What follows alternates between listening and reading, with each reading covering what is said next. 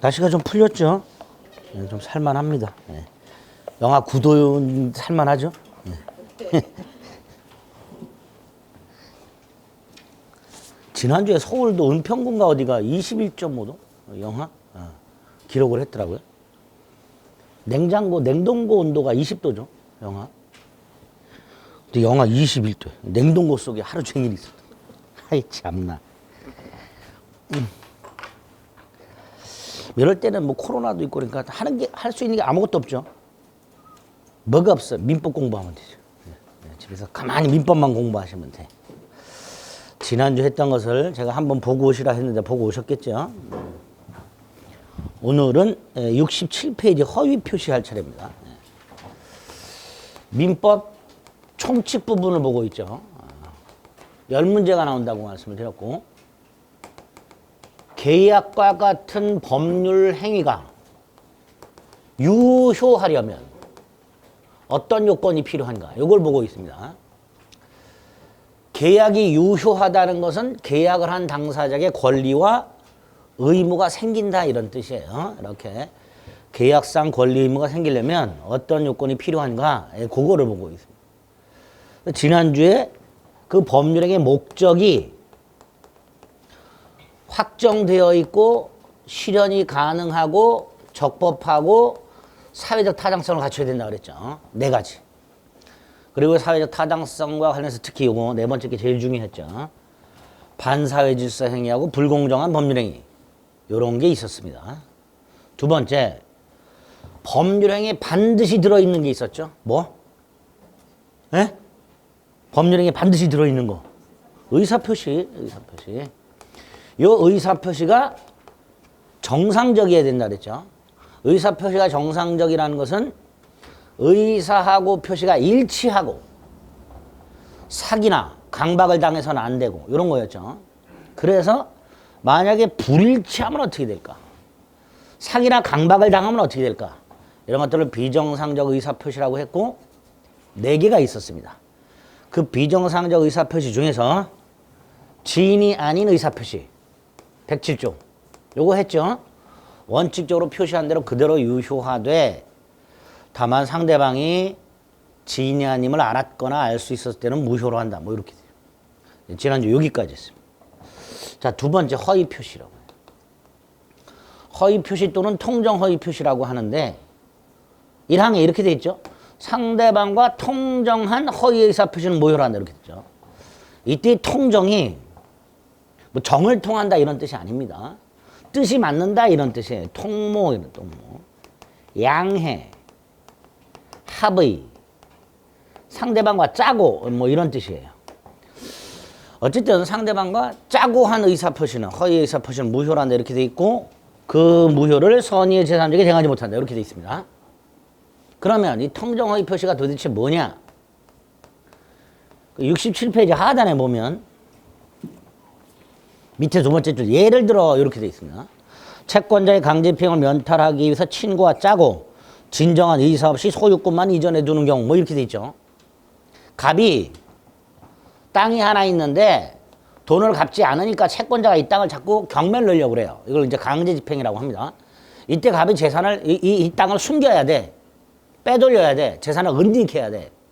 그대로 뒀다가는 채권자가 경매를 넣어버린단 말이죠. 그래서 친구 을을 불러가지고 이 땅을 A 토지를 팔 생각이 없어요. 매도 의사가 없어. 팔 생각이 없지만 팔겠다고 표시한 거예요. 매도 의사 없이 매도 의사를 표시했어요. 자, 갑이 땅을 팔 생각이 없이 팔겠다고 표시한 거. 무슨 의사 없이 뭐뭐 한 것. 이게 뭐였죠? 비진이었죠. 그죠? 무슨 의사 없이 뭐뭐 하는 것. 이게 비진이에요. 비진이에요.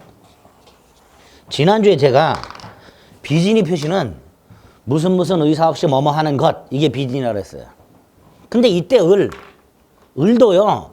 갑이 이 매도 의사가 없다는 걸 알아요. 이걸 알아. 알면서 맞장구를 쳐줘요. 즉 을도 A 토지를 세상 계획이 없어요. 매수 의사가 없어. 없지만 맞장구를 쳐주는 거야. 사겠다고 표시했어. 을도 비진이죠. 그죠? 상대방 을도 비진이에요. 둘 다 비진인데 표시는 일치해. 그죠? 이런 걸 허위 표시라고 합니다. 즉 갑의 입장에서 봤을 때 상대방과 합의를 해서 비진을 했죠. 또 을도 을의 입장에서 봤을 때 상대방이 갑하고 합의를 해서 비진을 한 거예요. 이렇게 상대방과 합의, 통정한 비진이 요거를 허위 표시라고 하는 거예요. 상대방과 통정한 비진이. 그러니까 겉으로 봤을 때는 표시만 보면 매매한 것처럼 보여요. 표시만 보면 매매한 것처럼 보여. 그런데 내면을 들여다봤더니 둘 다 사고 팔 생각이 있다 없다? 전혀 없더라. 이런 것들을 허위 표시라고 하는 거예요. 상대방과 합의한 비진이 표시. 어렵지 않죠? 그래서 허위 표시의 가장 대표적인 게 바로 이거예요. 가장 매매, 가짜 매매, 허위 매매. 이렇게 되죠. 허위자가 들어가는 것들은 다 허위 표시다 이렇게 생각하시면 돼요. 이걸 허위 표시란다. 자, 허위 표시가 성립하기 위한 요건. 일단 비진이가 있어야 되죠. 그죠? 그러니까 비진이 표시 요건 세 가지. 의사 표시가 있을 것, 의사 표시가 불일치할 것, 불일치를 표의자가 알고 있을 것.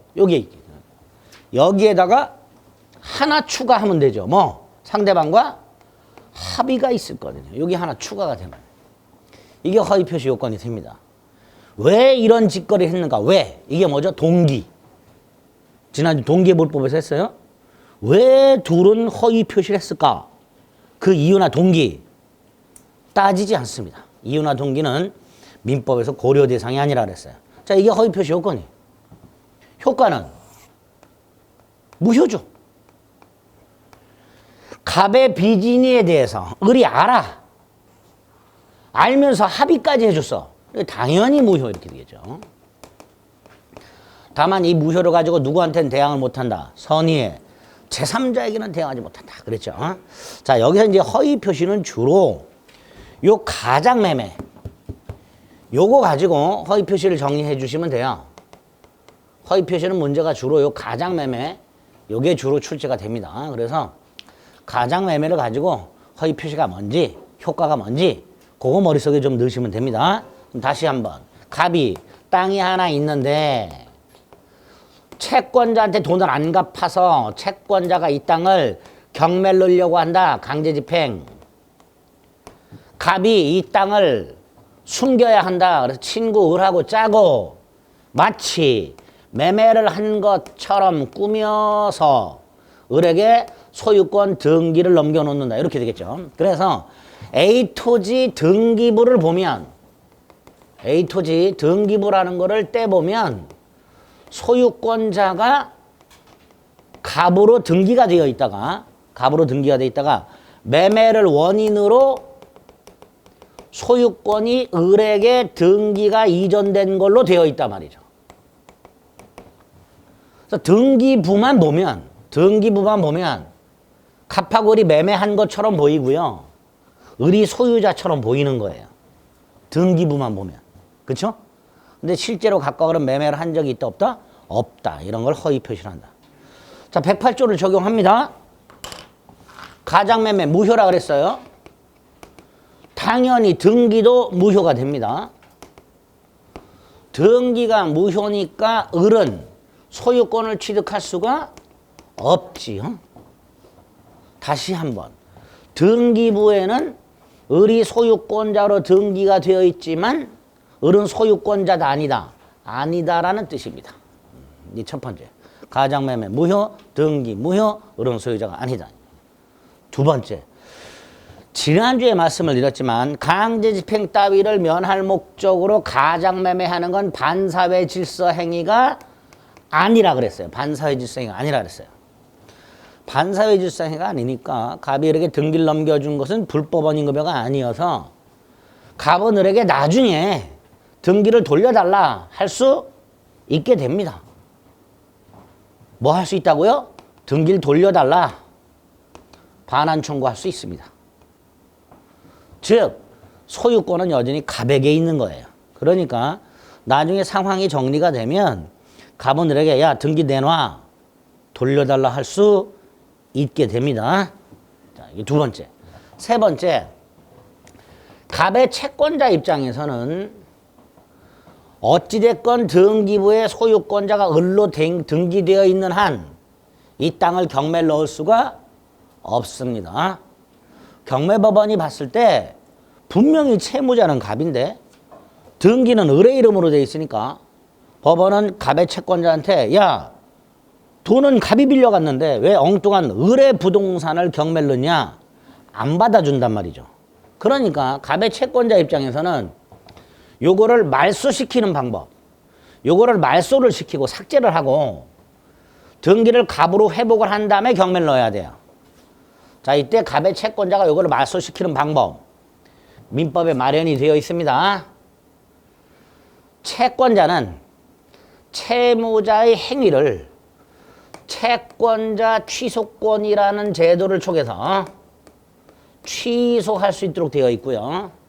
다만 이 채권자 취소권은 반드시 소송으로 행세를 해야 돼요.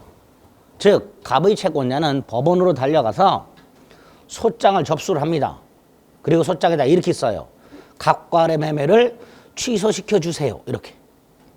그래서 법원이 채권자 주장이 타당하다면 법원이 갑과 을의 가장매매를 취소를 시켜버리고 등기소에 촉탁을 해서 을 등기를 말소시켜버립니다. 그런 걸 채권자 취소권이라고 해요. 다만 이게 직접적으로 우리 시험범위는 아니기 때문에 이건 결론만 기억하시면 됩니다. 여기까지가 일단 한 세트예요. 그래서 기억하실 거 가장매매 무효, 등기 무효, 따라서 을은 소유권을 취득하지 못해. 가장매매는 반사의 질서가 아니야. 그래서 나중에 갑은 을에게 등기 내놔 할 수 있어. 그리고 갑의 채권자는 갑을 간의 가장매매를 취소할 수 있어. 이렇게 채권자 취소권. 이런 것들이 일단 머릿속에 딱 들어 있어야 됩니다. 이게 첫 번째 효과가 됩니다. 두 번째, 한 놈이 더 나타나죠. 을이 배신을 때려. 을이 이 부동산을 병한테 팔아. 자, 이때 병, 제3자라고 부르죠. 갑과 을이 당사자고 허위표시 당사자고 갑과 을을 제외한 나머지를 제3자라고 보통 부르는데 이 병이 제3자가 돼요. 자, 이 제3자 병은 을 등기가 무효라는 사실을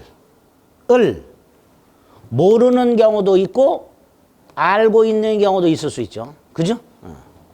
병은 제3자는 을 등기가 무효라는 사실, 그래서 을이 소유자가 아니라는 사실을 선의 모르는 경우와 악의 아는 경우 둘로 나눌 수가 있는데 모르든 알든 결과적으로 병은 무권리자하고 거래를 했죠. 그렇죠? 그러니까 병은 권리를 취득할 수가 없는 게 원칙이에요. 어찌됐건 병은 무권리자하고 거래를 했단 말이죠. 따라서 병은 권리를 취득할 수 없는 게 원칙이지만 108조 2항에서 지난주에 봤던 뭐가 있어요? 선의에 제3자에게 대항하지 못한다. 이렇게 돼요. 그러니까 갑은 나중에 병한테 가서 을 등기가 무효다. 따라서 너도 무효다. 라고 주장하게 될 텐데 만약에 병이 선이라면 이 선의의 병한테는 무효를 주장할 수가 없게 됩니다. 선의의 병한테는. 그래서 선의의 병은 소유권을 취득하고요. 물론 악의는 소유권을 취득할 수가 없게 됩니다. 지난주에도 잠깐 봤었죠? 선의의 제3자에게 대항하지 못한다 이 뜻. 자, 여기서 조금만 추가하겠습니다. 첫째, 제3자는 선의이기만 하면 됩니다. 108조 2항은 분명히 선의의 제3자라고만 되어 있는데요. 이때 선의라는 게 원래 두 개예요. 하나가 선의 무과실이고요. 또 하나가 선의 과실이 있습니다. 선이라는 건 뭘 모르는 건데 이 모르는 게 두 종류가 있더라. 아무리 노력을 해도 모르는 경우, 요게 있겠죠. 아무리 애를 써도 몰라. 이런 게 하나 있고요. 또 하나는 노력을 했더라면 알 수 있었는데 노력을 하지 않은 경우. 두 가지가 있을 수 있죠. 어떤 사실을 모르는 경우가 두 종류가 있단 말이지. 아무리 노력을 해도 모르는 경우와 노력을 했더라면 알 수 있었는데 노력을 하지 않아서 모르는 경우, 이 둘로 나누게 되는 거예요. 이때 아무리 노력을 해도 몰라. 선의 무과실. 노력을 했더라면 알 수 있었어. 근데 노력을 안 했어. 이걸 선의 과실 이렇게 불러요. 그래서 지난주에 알 수 있었을 경우를 선의 과실이라고 제가 말씀을 드렸었죠. 이렇게 둘로 나뉘게 돼요. 그런데 108조 2항은 선의의 제3자라고만 돼 있지 선의 무과실의 제3자라고 안 돼 있단 말이죠. 그러니까 제3자 병이 선의이기만 하면 과실이 없든 과실이 있든 소유권을 취득하게 됩니다. 지문으로 나오죠. 제3자가 선이라 하더라도 과실이 있다면 소유권을 취득하지 못한다. 이렇게 나와요. 그럼 틀린 거예요. 제3자는 선이기만 하면 과실이 있어도 소유권을 취득하게 됩니다. 자, 두 번째. 어느 누구도 선의의 제3자에게 무효를 주장을 못해. 하지만 선의의 제3자가 스스로 무효를 주장하는 건 괜찮다라는 게 판례입니다. 선의의 제3자 입장에서 이 매매계약의 결과가 마음에 안 들면 차라리 얘는 무효를 주장해서 땅 돌려주고 대금을 회수하는 게 더 이익일 수가 있어요. 뭐 비싸게 주고 샀거나 그런 경우에. 그래서 선의의 제3자 스스로 무효를 주장하는 것은 괜찮다. 이렇게 생각을 하셔야 돼요. 어느 누구도 선의의 제3자에게 무효를 주장 못하지만 선의의 제3자가 무효를 주장한 건 괜찮다. 이렇게 되죠. 세 번째, 나중에 갑하고요, 병하고 소송이 붙는 경우. 갑은 땅을 되찾아와야 되는데 을이 병한테 팔아먹어가지고 갑하고 병이 소송이 붙었을 때 갑은 소송에서 저 병은요 악의인데요 라고 주장을 합니다. 갑이 소유권을 되찾아오려면 병이 악의라고 주장할 수밖에 없어요. 반대로 병은 소유권을 취득하려면 나는 선이었다라고 주장을 할 거예요. 그렇죠? 그러면 을과 병이 계약을 할 당시에 병이 선이었는가 악의였는가 이게 소송에서 쟁점이 됩니다. 이때 선악에 대해서 누가 증명을 해야 되느냐의 문제가 남아요. 소송이란 건 제가 불공정한 행위를 말씀드렸을 때 주장과 증명이 있어야 된다 그랬어요. 그렇죠? 소송에서 이기기 위해서는 단순히 내가 주장만 해서는 안 되고 주장하는 사실을 증명을 해야 되는데 이 제3자의 선악의 증명이 어려워요. 그렇죠? 그래서 우리 대법원은 요 제3자의 선의를 추정을 해버립니다. 지난주에 추정이 되면 뭐 어떻다 그랬죠? 증명된 거라 그랬죠. 제3자 선의는 추정을 해주기 때문에 제3자의 선의는 증명이 된 거예요. 그 말은 갑하고 병이 소송이 붙었을 때 제3자는 자신이 선이라는 걸 굳이 증명할 필요가 있다 없다? 없다라는 뜻입니다. 그래서 추정된 사실과 반대를 주장하는 자, 선의로 추정되죠. 반대가 뭐예요? 악의죠. 그걸 주장하는 자가 제3자의 악의를 소송에서 증명을 해야 소송에서 이기게 됩니다. 그래서 제3자의 선의는 추정된다. 제3자는 스스로 선임을 증명할 필요가 없다. 제3자가 악의라고 주장하는 갑이 제3자의 악의를 증명해야 한다. 이런 말이 나오게 됩니다. 자, 네 번째, 선의의 제3자가 소유권을 취득했어요. 이거를 다시 정한테 팔았어. 제3자와 거래한 자를 보통 전득자라고 부릅니다. 자, 이때 전득자 정도 병 이전에 이런 사실, 갑과 알 사이에 가장매매가 있었고 을등기가 무효라는 사실에 대해서 모르는 놈도 있을 수 있고 아는 놈도 있을 수 있을 거예요. 그렇죠? 정도 둘로 나눌 거예요. 선악으로. 그런데 병이 선이어서 소유권을 취득한다면 결과적으로 정은 소유자하고 거래한 거죠. 그러니까 얘는 선악을 따질 필요가 없이 소유권을 취득하게 될 겁니다. 그렇죠? 여기서 민법상 원칙이라는 게 하나 나와요. 어떤 원칙이냐? 선의의 제3자가 108조 2항과 같은 법률 규정에 의해서 보호를 받는 경우에 권리를 취득하는 경우에 그 선의의 제3자와 거래한 전득자는 악의라 하더라도 보호된다. 그죠? 선의의 제3자가 보호되는 경우에 그 제3자와 거래한 전득자는 악의라 하더라도 보호를 받습니다. 요런 걸 엄폐물의 법칙이라고 불러요. 자, 뭐라고 부르는지 몰라도 됩니다. 내용을 기억하셔야 됩니다. 선의의 제3자가 보호받을 때 선의의 제3자와 거래한 전득자도 보호된다. 악의라도 보호된다. 자, 일단 여기까지. 그리고 이제 나중에 3월 달에 병이 소유권을 취득한다면 결과적으로 갑은 소유권을 상실한 거죠. 그죠? 그러니까 갑은 을한테 가서 따져야 되겠지. 내가 너를 믿고 등기를 넘겨놨더니 배신하냐 이놈아? 뭐 이러면서 갑은 을에게 책임을 추궁해야 될 거예요. 그렇죠? 그 책임 추궁이 뭐냐? 갑은 을에게 무슨 책임을 추궁할 수 있느냐? 그걸 이제 세 번째로 3월 달에 추가를 하면 됩니다. 그래서 오늘은 두 가지 머릿속에 딱 넣으세요. 그리고 구별을 해야 될 게 하나 있다. 가장매매하고 구별을 해야 될 게 하나 있다. 갑이 A 토지를 을에게 증여를 해요. 증여. 그런데 증여세가 너무 많이 나오니까 이 증여 사실을 감추고 은닉, 마치 매매를 한 것처럼 꾸며요. 갑이 이렇게 땅을 공짜로 줬는데 계약서는 매매 계약서를 쓴 거야. 그리고 등기를 넘겨줘요. 자, 이때 갑과 을은 실제 매매를 했다 안 했다? 안 했지요. 매매를 한 것처럼 꾸몄을 뿐이에요. 가장행위라고 불러요. 당연히 요거는 무효예요. 한 적이 없으니까. 그런데 실제 증여를 했지요. 따라서 이 숨겨져 있는 증여는 요건을 갖추면 유효가 됩니다. 국가 입장에서는 증여세를 추징해야 될 거 아니에요. 그렇죠. 제가 누누이 말씀드렸습니다.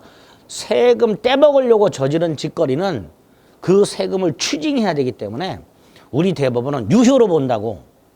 그러니까 갑이 증여세를 떼먹으려고 증여를 숨겼다 하더라도 국가 입장에서는 그걸 찾아냈다면 증여했네? 세금을 추징해야 되니까 증여는 어떻다? 유효가 되는 거예요.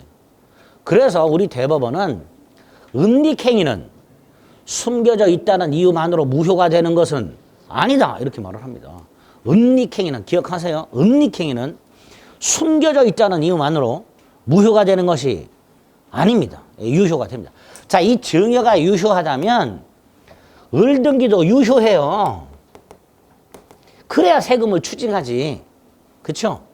을등기가 유효하다는 건 소유권자가 누구다? 을이라는 거죠. 그죠? 이 A토지 소유권자가 누구라고? 을이라고. 그러니까 이거를 을이 병한테 팔아먹었을 때 병은 소유권자하고 거래한 거예요.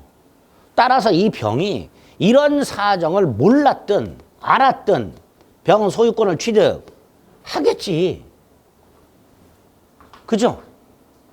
그래서 가장매매하고 가장행위, 은닉행위를 반드시 구별해놔야 돼. 특히 두 군데.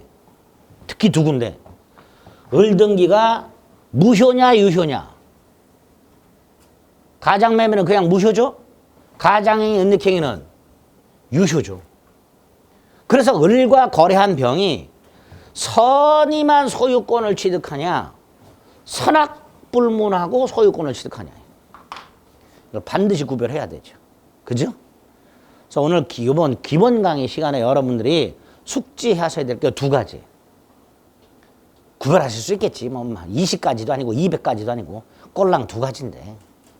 그렇죠? 그리고 나서 이제 나중에 3월 달에 하나를 더 보셔야 될 게, 이건 그냥 생각만 하는 거예요.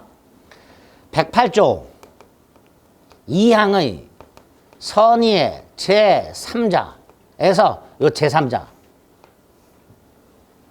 원래요, 나중에 갑하고 병이 소송이 붙으면 제일 먼저 뭘 가지고 싸우냐면 병이 제3자냐 아니냐 갖고 싸워요. 또 하나, 병이 제3자라면 그 다음에 선이냐 악이냐 가지고 싸우게 돼요. 예를 들어서 갑과 을이 가장매매를 해서 을에게 등기가 넘어갔는데 을이 죽었어. 그럼 등기상으로는 상속이 돼요. 병이 만약에 을의 상속인이야. 병이. 나중에 갑이 병한테 가서 야마 내가 너 아버지한테 매매한 건 가짜고 무효야. 그러니까 너도 무효야라고 주장했을 때 병은 저는 제3자인데요. 이렇게 주장하는 경우가 생겨요. 그러니까 을의 상속인이 당사자의 상속인이 제3자냐 아니냐의 문제가 생기는 거예요. 먼저 제3자냐 아니냐부터 따지고 그 다음에 그 제3자라면 선이냐 악이냐를 따지게 됩니다. 그래서 108조 2항에서 말하는 제3자에 해당하는 놈과 해당하지 않는 놈을 구별하셔야 돼요. 이게 좀 어려워요. 판례에 따라서 기준이 있고 그 기준에 따라서 제3자인지 아닌지를 구별을 좀 하셔야 되는데, 요게 가끔 또 시험 문제 나와요. 박스 쳐놓고 108조 2항의 제3자에 해당하는 자를 골라라, 해당하지 않는 자를 골라라, 이렇게 나오는데 요거는 좀 내용이 어렵기 때문에 3월달로 미룰 거예요. 미루는데 하나만 기억하자. 지금 말씀드린 거, 갑과 을이 가장매매 당사자죠. 그 가장매매 당사자의 상속인 뭐라고 불러요? 포괄 승계인. 제3자다 아니다? 아니다 말이지. 왜? 당사자의 지위를 그대로 승계하기 때문에 상속인은 제3자다 아니다? 아니다 말이죠. 아니다 말이죠. 이 판례란 말이에요. 이런 것들을 나중에 추가해서 보시게 됩니다. 됐죠? 자, 허위 표시에서 오늘 요 정도 확인합니다. 그래서 67페이지 다시 한번 조문 108조 1항 확인하시고 의 4줄 확인하시고 넘깁니다. 요건이 있었어요. 동그라미 1, 2, 3, 4. 동그라미 4가 추가되는 요건이고요. 5번 허위 표시한 이유나 동기 따위는 묻지 않는다 그랬고요. 양가라 3번에 효과가 있습니다. 동그라미 1번에 기억 무효라 그랬고요. 두 번째 줄 허위 표시가 불법은 아니다. 즉 반사회 질서행위는 아니다 말이죠. 따라서 네 번째 줄 반환 청구할 수 있다 이렇게 되죠. 반환 청구할 수 있다. 여기서 반환 청구가 뭐예요? 등기 돌려달라 말이지. 판례는 건너뛰고 오른쪽 69페이지 위에 니은 채권자 취소권의 대상이 되냐? 된다. 된다 그랬죠? 동그라미 2번 제3자 보호된다. 허위 표시에 모여는 선의의 제3자에게 대응하지 못한다. 그 다음에 따라서 선의의 제3자로부터 다시 권리를 취득한 전득자는 선악불문하고 보호된다. 원표물의 법칙. 그렇죠? 원표물의 법칙. 기억, 선의 여기서 뭐라고 돼 있어요? 제3자의 선악에 대한 입증 책임은 제3자가 악이다라고 주장하는 자가 증명해라. 왜? 제3자의 선의는 추정되니까. 이거예요. 제3자의 선의는 추정되니까. 니은 무과실일 필요는 없다. 제3자는 선의이기만 하면 된다. 과실이 있냐 없냐를 따질 필요가 없다. 그 다음에 디귿 제3자의 범위. 제3자란 당사자와 포괄승계인 이외의 자라고 돼 있죠. 그래서 우리 대법원 상속인을 빼버리는 거예요. 포괄승계인 이외의 자. 제3자가 되려면 당사자 갑과 을, 그 다음에 갑과 을의 상속인 빼라 말이지. 이게 기준이 되는 거예요 일단. 그죠? 그래서 상속인은 제3자가 아니게 됩니다. 쭉 내려서 리을 대항하지 못한다 해서 두 번째 절 그러나 선의의 제3자가 스스로 무효를 주장하는 것은 무방하다. 이렇게 되겠죠. 그리고 한 장을 넘기면 밑에 양가로 5번에 허위 표시와 구별 개념이라고 동그라미 1번이 하나 나와 있습니다. 가장행위, 은닉행위. 그쵸? 그 정도. 그리고 오른쪽 예제를 봅니다. 예제를 봤더니 통정 허위 표시에서 틀린 것을 고르라는데 재작년 문제죠. 3번을 봤더니 당사자가 통정하여 증여를 매매로 가장했을 때 증여와 매매는 무효다. 틀렸죠? 이런 게 답이 되는 거예요. 거저 주잖아, 점수를. 아니에요? 거저 주잖아. 거저 주잖아. 어려워할 필요가 없어요. 내용은 어려워. 내용은 어려운데 문제는 쉽게 나온다 그랬어요. 다 고르게 나와요. 아, 나머지 1, 2, 4, 5번을 모르는데요. 아, 몰라도 돼. 답은 3번에 있잖아. 뭐 5개를 다 알아야 돼? 나중에 여러분들 시험장 가면요. 문제마다 5개 지문을 다 알고 푸는 경우는 반도 안 돼요. 지문 5개를 꼼꼼히 다 봐가지고 이거 틀렸네 오른 이렇게 해서 답을 고르는 건 20문제도 안 돼. 대부분이 한두 개는 헷갈려. 5개를 다 모르는 경우도 생겨요. 아예 문제가 뭘 물어보는지도 모르는 문제도 생겨요. 당황하지 말자. 그래도 답은 골라줍니다. 이런 식으로 허위 표시 오늘 기본 강의 시간 요 정도 정리하자. 그 다음에 71페이지를 가면 착오가 남았어요. 착오에 의한 의사표시라고 109조 1항이 있어요. 그런데 1항이 뭐라고 돼 있냐면 중요 부분에 착오가 있을 때 취소할 수 있다 이렇게 돼 있어요. 착오에 의한 의사표시는 중요 부분에 착오가 있을 때 취소할 수 있다 이렇게 돼 있고요. 다만 중대한 과실이 있을 때는 취소를 못한다 이렇게 해놨습니다.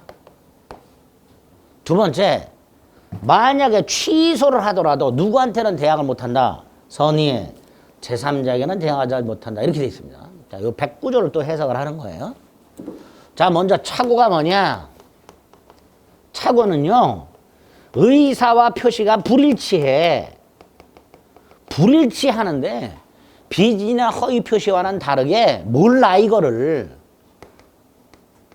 불일치하는지 몰라. 이게 착오예요. 아주 여러분들이 시험장 가서 하는 실수 중에 하나가 있죠. 답은 3번 골랐어. 근데 답안지에는 4번을 표시했어. 깜빡하고. 그래서 나중에 점수를 봤더니 내가 계산한 것보다 덜 나왔어. 답안지로 확인해 봤더니 4번에다 딱 마킹을 해놨네. 나는 분명히 3번에다 마킹한 것 같은데. 마킹할 때 생각은 3번, 표시는 몇 번? 4번. 이렇게 자신이 생각한 것과 생각한 답과 다르게 표시한다는 것을 그 마킹할 때 알았다 몰랐다? 몰랐지. 만약에 알았다면 그건 떨어지겠다는 강력한 의사표시죠. 그렇잖아. 그렇죠? 그러니까 이런 게 착오가 되는 거예요. 의사표시가 불일치하고 불일치를 몰라. 그래서 착오의 유형이 몇 가지가 쫙 나와요. 표시상 착오, 내용상 착오, 법률 착오, 계산 착오, 쌍방 착오 뭐 등등등등 쫙 나오는데 가장 대표적인 게 바로 이거예요. 표시를 잘못하는 거. 이걸 표시상 착오라고 해요. 개당 1,000원에 살 것을 개당 10,000원이라고 잘못 표시. 이런 것들이 표시상 착오가 되는 거예요. 나머지 유형들은 몰라도 되고요. 나머지 유형 몰라도 되고 동기착오만 좀 됩니다. 동기착오. 지난주에 동기불법이라는 걸 했어요. 자, 이번엔 동기착오가 뭔지 생각을 해봅니다. 동기는 법률 행위를 하게 된 이유라 그랬어요. 갑이 A 토지가 있어요. 을이 이 A 토지를 사야지 라고 생각을 해요. A 토지를 사야 되겠다. 그리고 갑한테 가가지고 A 토지를 팔아라 라고 자신의 의사를 표시했어요. 이때 의사와 표시가 일치 불일치. 의사와 표시가 일치 불일치. 다시 을이 A 토지를 사야지 라고 생각을 하고 갑한테 가서 A 토지를 팔아라 표시했어. 일치 불일치? 일치해요. 일치해.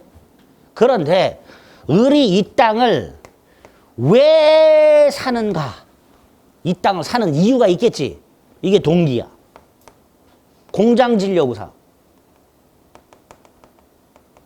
그런데 앞불사 이 땅은 법률적 제한이 있어서 공장을 지을 수 없는 땅이야. 이런 게 동기의 착오예요. 이런 게.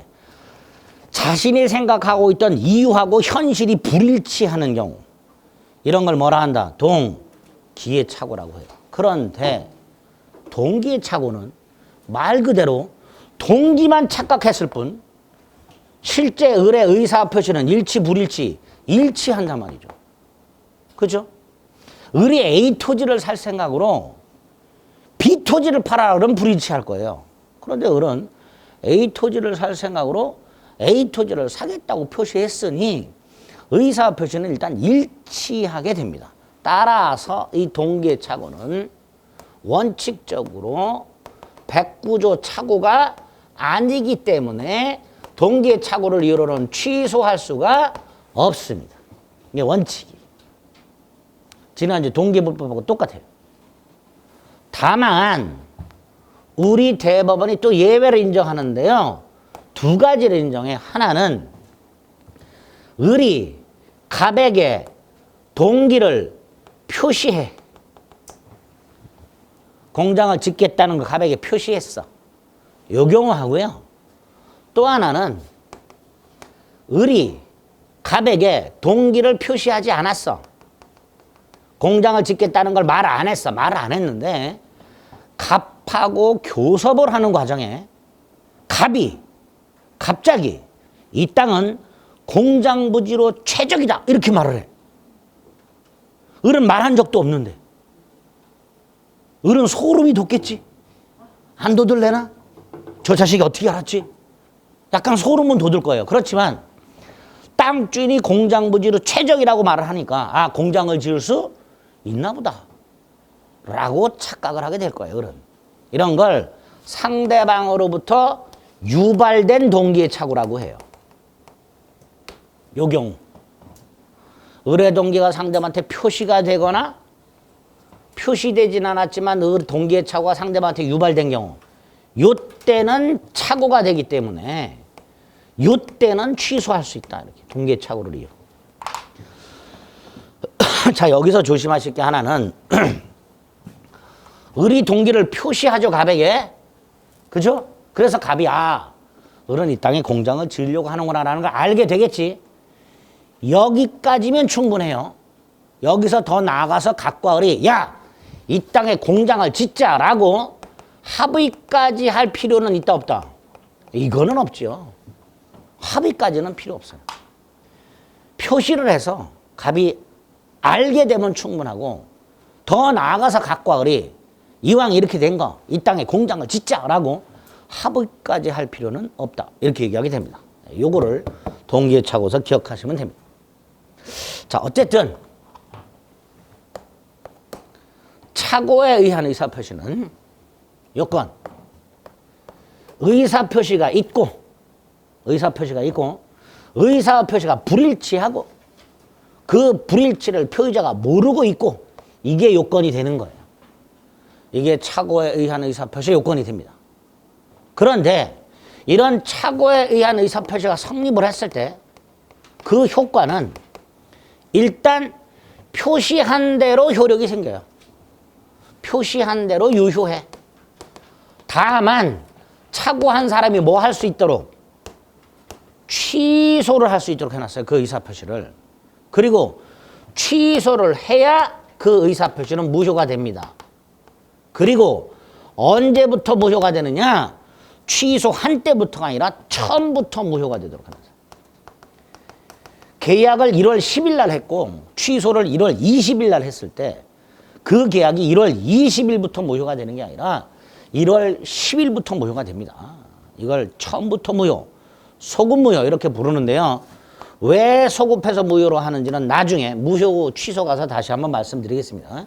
어쨌든 착오에 의한 의사표시는 일단 유효하되 취소를 해야 무효가 된다. 요거 머릿속에 기억을 하시고, 이 무효를 가지고 또다시 누구한테는 대항을 못한다. 선의의 제3자에게는 대항을 못한다.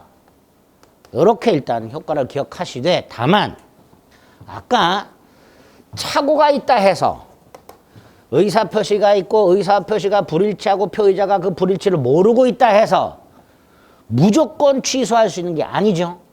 109조에서 취소를 하기 위한 요건이 따로 있었어요. 첫째, 중요 부분 착오여야 되고요. 두 번째, 착오자에게 중대한 과실이 없었어야 돼요.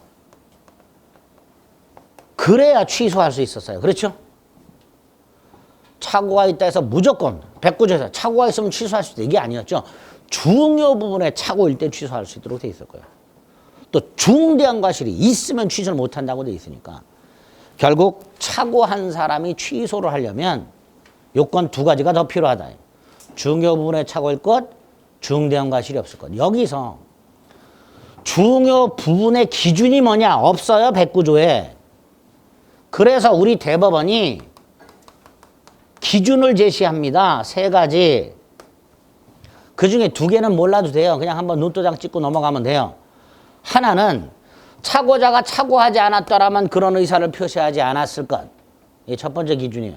그게 뭔 소리야? 몰라도 돼요. 일반인도 착오하지 않았더라면 그런 의사를 표시하지 않았을 것. 이게 두 번째 요건은 이것도 몰라도 돼요. 기준. 자, 세 번째가 문제입니다. 착오 때문에 착오자에게 경제적으로 손실이 있을 것. 경제적 불이익이라고 합니다. 착오 때문에 착오자가 경제적 손실이 있을 것. 이걸 대법원이 기준으로 제시해요. 자, 경제적 불이익 기준 기억하시고 이 기준에 따라서 우리 대법원이 중요 부분이다. 중요 부분이 아니다. 라고 판결한 게 있어요. 요거 암기하셔야 됩니다. 여러분들 생각으로 판단하면 안 되고요. 대법원 판단을 암기하셔야 됩니다. 그 중에서 우리 대법원이 중요 부분이 아니다라고 한 게 있어요. 아니다. 이게 몇 개가 있는데 오늘 세 가지를 암기합니다. 우리 대법원은요, 일단 당사자가 목적물에 시가를 착오한 건 중요 부분의 착오가 아니랍니다. 시가가 10,000원인데 20,000원으로 착각하고 20,000원 주고 산 거 이런 건 중요 부분이 착오가 아니랍니다. 또 목적물의 면적 따위를 착오한 것도 중요 부분의 착오가 아니랍니다. 900평짜리 땅을 1,000평으로 착각하고 1,000평 값을 주고 산 거 이런 것들도 중요 부분의 착오가 아니랍니다. 우리가 생각할 땐 중요 부분일 것 같은데 대법원은 아니라고 해요. 또 소유자를 착각한 거 을이 갑소유 땅인 줄 알고 갑하고 계약을 했는데 나중에 봤더니 병소유 땅이야. 이런 경우 이렇게 목적물의 소유자를 착각한 거 세 가지 암기합니다. 아주 잘 나오는 것들이에요. 자, 어쨌든 중요 부분의 착오여야 취소할 수 있는데 시가 착오, 면적 착오, 소유자 착오는 중요 부분의 착오가 아니어서 취소할 수 없다. 이게 원칙이다. 이렇게 됩니다. 또 하나는 설령 중요 부분의 착오라 하더라도 중대한 과실이 없어야 되는데 자, 여기서 먼저 과실이 나왔어요. 자, 이 과실이 왜 나오는가? 착오한 갑이요. 자신의 의사와 표시가 불일치한다는 걸 안다 모른다? 모른다 그랬죠. 그게 착오라 그랬잖아요. 갑은요, 자신의 의사와 표시가 불일치하는 걸 몰라요. 모르는 게 뭐예요? 선의죠.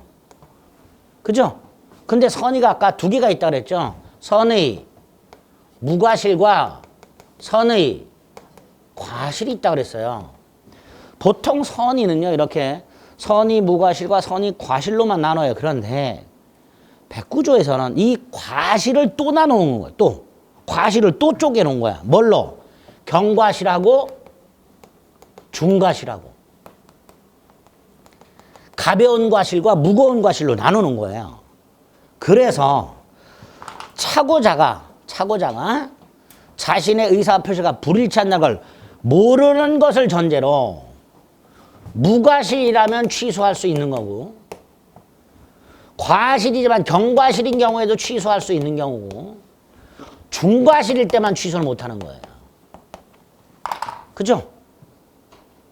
요걸 거의 기계적으로 표를 가지고 머릿속에 넣어두셔야 돼. 안 그러면 무지하게 헷갈려요. 그러니까 착오한 자가, 즉 의사표시가 불일치한다는 걸 모르고 있는 자가 무과실인 경우에 취소할 수 있고 경과실인 경우에도 취소할 수 있다.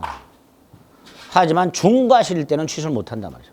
그래서 이거 시험 지문이 맨날 과실이 있으면 취소할 수 없다 이렇게 나와요. 틀린 거야. 과실을 다시 나눠야 돼. 조문에서 나눠놨기 때문에. 중과실이 있을 때만 취소를 못하게 됩니다. 현저한 부주의를 말하게 됩니다. 자, 일단 이런 의미고, 그 다음에 그럼 중과실이라는 게 뭐냐? 현저한 부주의를 말하는데 여기서도 우리 대법원 중과실이 있다. 그래서 취소할 수 없다. 요거하고 중과실이 없다. 그래서 취소할 수 있다. 요걸 구별해야 돼요. 또 대법원 판례 할 때. 중대한 과실이란 건 현저한 부주의라고 얘기를 해요. 우리 대법원이. 그럼 도대체 어느 정도 부주의해야 현저하냐? 기준이 없어. 그러니까 여기도 우리 대법원이 이건 현저한 부주의가 있네. 이건 현저한 부주의가 없네. 이거 구별해야 돼요. 또 우리 대법원이 구별해 놓은 거. 자, 그 중에서 요거 두 가지를 기억합니다. 하나가 공장을 짓고자 땅을 사는 사람이 그 땅에 공장을 지을 수 있는지 여부를 관할 관청에 문의하지 않은 경우, 관할 관청에 문의만 했더라도, 토지 이용 계획원만 떼어봤더라도 공장을 지을 수 있는지를 알 수 있었음에도 그것조차 하지 않은 경우, 이런 게 중대한 과실이래요. 또 하나, 임야를 사는 사람이 공인중개사와 같은 전문가를 통하지 않고 개인적으로 거래를 하면서, 개인적으로 임야 소유자하고 직거래를 하면서 임야도 따위를 제대로 확인 안 한 경우, 그래서 엉뚱한 임야를 산 경우, 전문가에게 알아봐야 되는데 알아보지 않은 경우, 이런 것들이 뭐가 있다? 중대한 과실이 있다. 따라서 취소할 수 없다. 이렇게 말을 합니다. 어쨌든 착오에서는 중요한 게 두 가지. 그리고 3월 달에 입증 책임을 따로 볼 겁니다. 그건 나중에 볼 거예요. 입증 책임, 증명 책임. 어쨌든 착오는 오늘 요 취소 요건, 중요 부분과 중대한 과실에 관한 기준과 대법원 판례 몇 가지를 꼭 확인하셔야 됩니다. 그리고 취소하면 누구한테 대항을 못한다? 선의 제3자에게 대항하지 못한다. 이건 따로 나중에 할 것이고요. 그 다음에 기억을 하실 게 부수적 효과라고 해서, 첫째, 갑과 을이 계약을 하면서 야, 우리 혹시 나중에라도 계약 당시 착오가 있다는 게 밝혀지더 하더라도 취소는 하지 않기로 하자라고 특약을 할 수 있는가에 문제가 있어요. 있다. 우리 대법원에 의하면. 갑과 을이 계약을 하면서 설령 나중에 착오가 있다는 게 밝혀지더라도 취소는 하지 말자 라고 특약을 하는 경우, 그 특약은 유효하다. 즉 백구조는 임의규정이다. 백구조는 무슨 규정이다? 임의규정이다. 임의규정. 제가 지난 시간에 강행규정과 임의규정은 나올 때마다 구별해 주세요 그랬죠? 오늘 하나 기억합니다. 백구조는 임의규정이다. 또 하나 잘 보세요. 갑이 을에게 땅을 팔았어요. 현재 을은 이 땅에다가 건물을 지으려고 설계하고 있어. 설계. 그런데 갑이 느닷없이 착오를 이루 취소를 해버려. 그럼 얘는 손해가 생기죠. 분명히 손해 생기지. 이때 갑이 을에게 손해를 배상해야 되는가에 문제가 생깁니다. 그런데 백구조를 한번 읽어보세요. 취소할 수 있다고만 되어 있지 상대방의 손해를 배상하라. 있어요 없어요? 없지. 그래서 우리 대법원도 손해배상 규정이 없는데 무슨 손해배상? 손해배상할 필요가 없다. 이렇게 말을 합니다. 기억하셔야 돼. 갑이 을과의 계약을 착오를 이루 취소함으로써 설령 을에게 손해가 생겼다 하더라도 갑은 그 손해를 배상할 필요가 있다 없다? 없다. 없다. 그럼 을은 억울하잖아요. 그렇죠? 예? 억울해. 억울해. 이 을의 억울함을 해소할 방법이 없어요. 민법에는. 똥밟은 거예요. 을은. 이렇게 됩니다. 손해배상할 필요 없다. 자, 세 번째. 요건 나중에 계약 해지에 가서 다시 한번 말씀드릴 건데요. 갑과 을이 매매를 했어요. 그런데 을이 대금을 지급을 안 해. 그래서 갑이 이 계약을 해제를 해버렸어요. 매수인이 대금을 지급하지 않으면 매도인 계약을 해지할 수 있도록 되어 있습니다. 계약을 해지한다는 건 계약을 소멸시키는 거예요. 자, 이때 이렇게 이미 해제함으로써 소멸한 계약을 을이 착오를 이유로 취소를 또 할 수 있는가? 이미 매수인의 대금 미지급을 이유로 매도인이 계약을 해제를 해버렸는데 그 해제가 된 계약을 매수인이 착오가 있었다는 걸 이유로 취소할 수 있는가? 있다라는 게 판례입니다. 있다. 자, 요거는 나중에 해제가 가지고 다시 한번 볼 거니까 결론만 머릿속에 넣어두세요. 계약이 매도인에 의하여 적법하게 해제가 된 후에도 그 계약을 뭐 할 수 있다? 착오 취소할 수 있다. 딱 여기까지. 눈도장만 딱 찍어주세요. 착오는 오늘 요 정도 확인하시면 됩니다. 71페이지 109조 1항 2항 확인하시고 의의 양가로 1번 4줄 정도 확인하시고 구민법 현행민법 몰라도 됩니다. 4줄 정도. 다음 페이지 양가로 2, 양가로 3, 양가로 3. 아까 뭐라 그랬어요? 착오가 있었다 하더라도 취소는 하지 않기로 하는 특약. 할 수 있다고 그랬죠? 그러니까 그 특약이 있다면 착오 취소는 못한다. 이렇게 되겠죠. 착오의 유형 중에 표시 착오 하나 기억하시고 건너뛰어서 오른쪽 동기의 착오 확인합니다. 동기의 착오 원칙과 예외를 확인하시고 예외의 기억, 특히 버럭게 된 거 표시가 돼서 계약 내용이 되면 충분하고 여기에 나아가서 합의까지는 필요 없다. 그거 꼭 기억하시고요. 넘깁니다. 착오 취소 요건 양가를 본 중요 부분 착오. 요건이 쭉 나와요. 자만 올 때 한번 읽어보세요. 핵심이 밑에 판례입니다. 판례. 착오로 인한 취소에 관한 판례 입장에서 1번 착오를 이유로 취소할 수 있는 경우라고 나와 있죠. 이게 뭐예요? 중요 부분이다라는 거예요. 그런데 이건 몰라도 됩니다. 오른쪽 보는 거예요. 우리는 둘 중에 하나만 외우면 돼요. 중요 부분이 아닌 것만 기억하면 됩니다. 동그라미 1번 시가나 면적을 착오한 경우. 동그라미 4번 경제적 불이익이 없어. 그래서 기억해 봤더니 하나, 둘, 셋, 넷, 5번째 줄 소유권 귀속에 대한 착오라고 돼 있어요. 이 소유권 귀속에 관한 착오가 바로 요 소유자 착오를 말하는 거예요. 어디 갔어? 어디 갔어? 소유자 착오가. 요거 말하는 거예요. 소유자 착오. 시가 착오, 면적 착오, 소유자 착오. 중요 부분이 아니다. 그리고 밑으로 가면 중대한 과실이 나왔지요. 동그라미 1번의 두 번째 줄 주의무를 현저히 결여한 거라고 돼 있죠. 이러한 중대한 과실이 있다면 취소를 못하죠. 그리고 넘겨보면 또 판례가 나와요. 그 중에 1번과 3번 중대한 과실이 있다. 1번이 관할관청에 알아보지 아니한 과실을 말하는 거고요. 3번이 개인적으로 거래하면서 임야도 따위를 제대로 확인하지 않은 걸 말합니다. 중대한 과실이 있다. 4번 착오의 효과 양가를 본 취소할 수 있다. 양가로 2번 선의의 제3자에게 대응하지 못한다. 양가로 3번 손해배상 책임 없다. 없다. 손해배상 책임 따위는 없다. 그리고 오른쪽 6번에 2번 착오와 해제.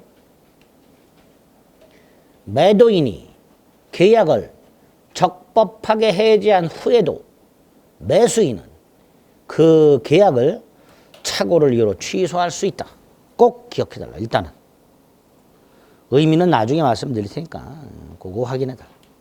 착오는 오늘 요 정도 됐죠? 됐습니다. 그 정도예요. 그 정도. 그래서 다음 페이지 예제 1번 보세요. 착오를 이유로 취소하지 않기로 약정할 수 있다 그랬죠? 그죠?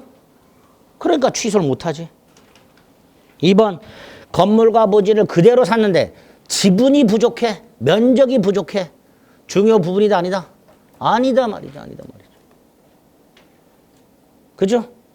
5번 보세요.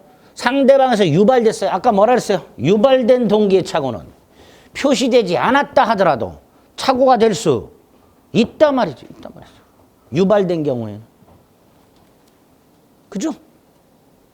오늘 한 것만 갖고도 지문 3개가 밝혀져요. 이런 식으로 출제가 된단 말이죠. 이런 식으로. 나머지 체크하는 걸 읽지 마세요. 또 괜히 읽어봐야 뭔 말인지 모르니까. 자, 그 정도. 착오의 의사표시 확인하시면 되겠습니다. 그래서 비정상적 의사표시 중에서 의사표시가 불일치하는 거 3개. 비진의 표시, 허위 표시, 착오까지 3가지를 한 거예요. 그중에 비진이와 허위 표시는 피의자가 스스로 알고 있는 거고 착오는 모르고 있는 경우를 어떻게 처리하는가 그거를 조문을 통해서 확인했습니다. 자, 이제 비정상적 하나 남았어요. 하자 있는 의사표시. 이건 잠시 쉬었다가 보겠습니다.